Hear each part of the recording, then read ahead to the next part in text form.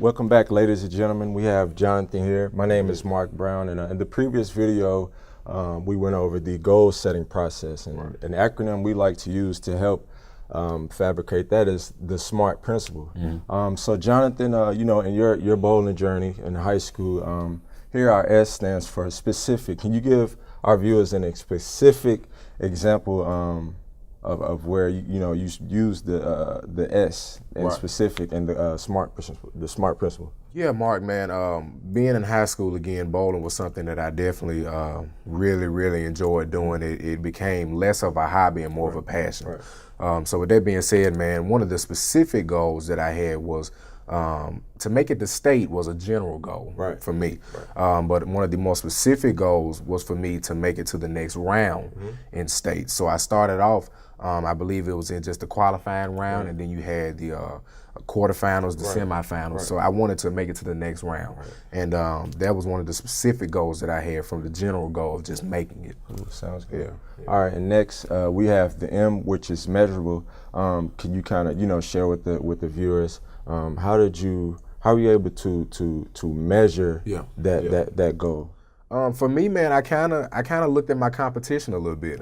With that being said, I kind of measured out subconsciously. Okay, when I go up against this next bowler, he may have been the top third bowler in Tennessee, and I was maybe the top fourth or fifth in Tennessee. So just seeing his statistics, even on the program that was issued out to us, I was kind of measuring out where my competition was going to be at in order to be specific and obtain that goal of making it to the next round. Right, sounds good. All right, so next, ladies and gentlemen, we have A, which is attainable, or like we like to say, action-oriented. Now, with setting goals, Jonathan, we can say, I want to do this, I want to do that.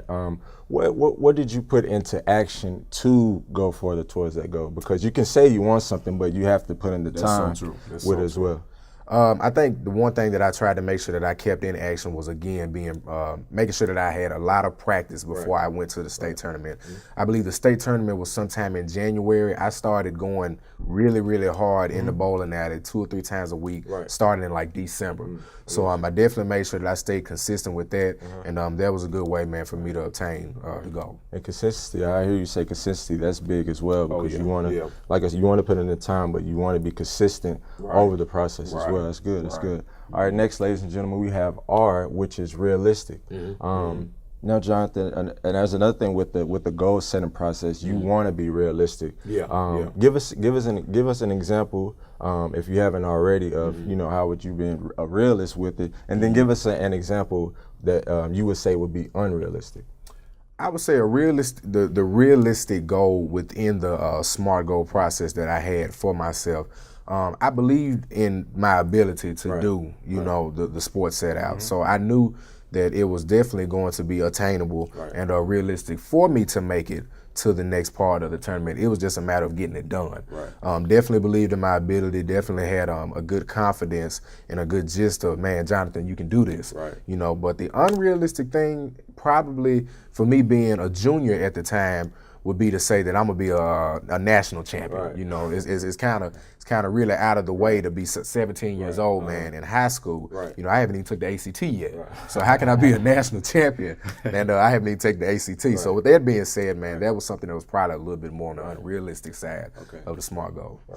And our last letter in our acronym is, we have T, which is timely.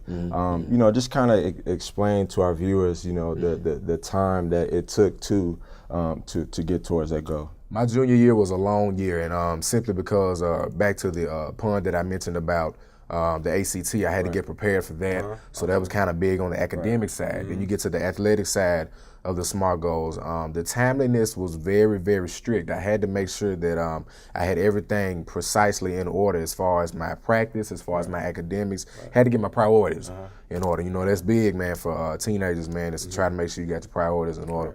So with that being said, man, timeliness was something that was very important because, again, it showed me that I need the amount of time to get through the SMAR. You know what I mean? To get to the T, I need the timeliness to be able to organize those first 4 of the acronym in order to reach the SMART goal. So, okay, sounds good. Well, ladies and gentlemen, there you have it. Here's the SMART principle of our goal setting process, and we hope Jonathan examples will help you in the future of your goal setting. oh yeah.